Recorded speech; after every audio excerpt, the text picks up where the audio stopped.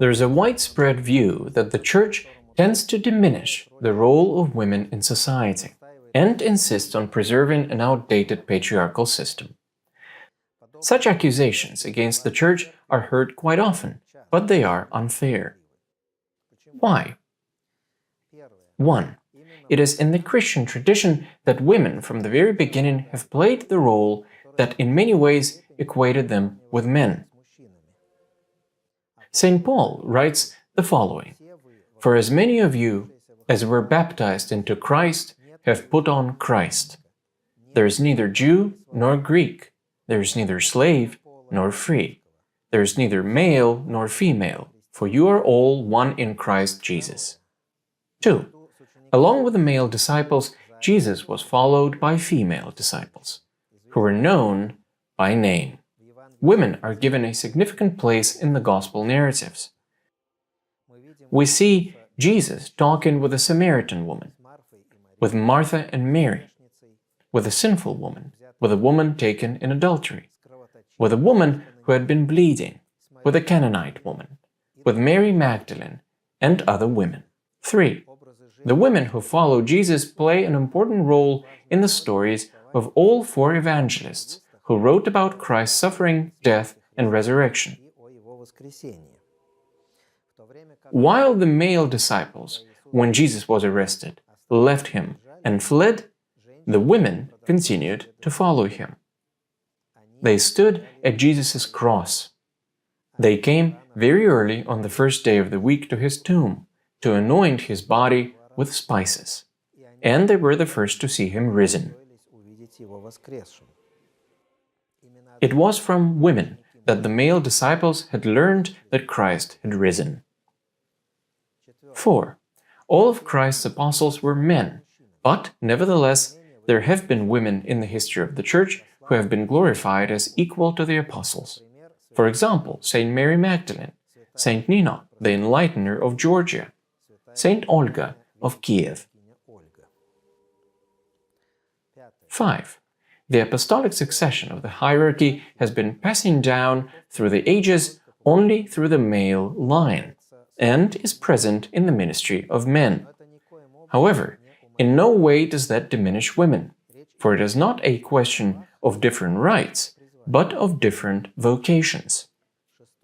6. St. Paul observes that there are diversities of gifts, but the same Spirit. There are differences of ministries, but the same Lord. And there are diversities of activities, but it is the same God who works all in all. But the manifestation of the Spirit is given to each one for the profit of all. Women's ministry has its own special place among the other ministries, on which the body of the Church is based. A woman cannot be a bishop or a priest, but she can be an abbess of a convent, she can direct a choir, be a professor of theology, and hold other important positions, including those that require participation in the administration of the Church. 7. According to the teaching of the Church, a man and a woman in a family do not have different rights, but different vocations. Only the woman is said to be saved through childbearing. Childbearing and raising children are parts of a unique vocation of women. Certainly, men also participate in it, but the woman here has a special responsibility. Only a woman can be a mother, and there is no substitute for this calling in the family, while the father has his own irreplaceable vocation. 8.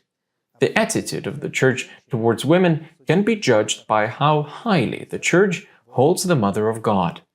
The Most Holy Theotokos is the Mother of Christ and the Mother of the Church. She is called more honorable than the cherubim and beyond compare more glorious than the seraphim. That is, in her holiness, she is above the angels. 9. In the person of the Mother of God, the Church glorifies motherhood, the inalienable asset and advantage of women. The image of the mother with the infant in her arms, who is tenderly clinging his cheek to her cheek, is the ideal which the Orthodox Church offers to every Christian woman. This image present in countless variants in all Orthodox churches, has the greatest spiritual appeal and moral power.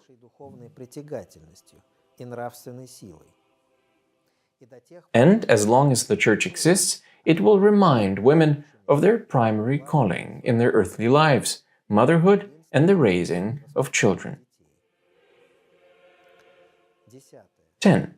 The Church calls on women to take care not so much of the external attractiveness, but of the inner spiritual beauty. When addressing women, St. Peter the Apostle writes the following: "Do not let your adornment be merely outward, arranging the hair, wearing gold, or putting on fine apparel. Rather, let it be the hidden person of the heart, with the incorruptible beauty of a gentle and quiet spirit, which is very precious in the sight of God."